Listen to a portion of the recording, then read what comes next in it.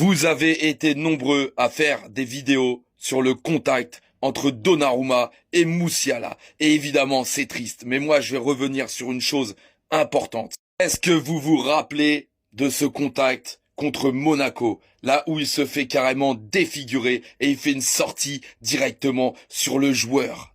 Et avant cette faute-là, d'ailleurs, le joueur n'avait même pas pris de carton rouge. C'est inadmissible. Eh ben, on sentait un Donnarumma trop hésitant. Il avait peur de sortir dans les pieds. Voilà, il avait peur de prendre cette initiative. Et ce geste-là, on a l'impression que ça a tout changé pour la suite de la compétition. Et voilà le résultat. Cette fois-ci, il prend l'initiative de sortir dans les pieds, comme on attend d'un grand gardien de football. Et là, c'est vrai que c'est dans le dos de Musiala. Il prend la balle, hein, pourtant. Mais regardez la suite. Et on le voit bien sur cette image. La cheville de Musiala.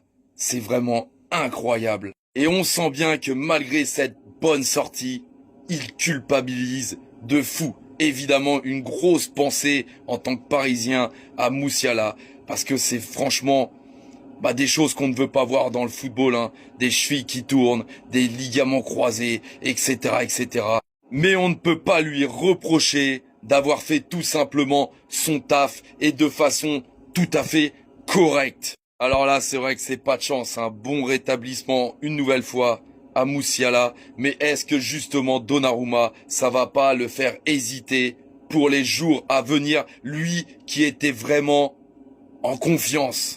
Parce que je peux vous le dire que ça va jouer psychologiquement. Déjà de faire une sortie, voilà, et se faire déchirer la tête. Mais en plus là, de faire une sortie correcte et de blesser un joueur, forcément ça va rester dans la tête. Donc beaucoup de force à Musiala, mais également à Donnarumma, en espérant que ça n'impacte personne. Incroyable Parisien, la vérité, c'est le terrain.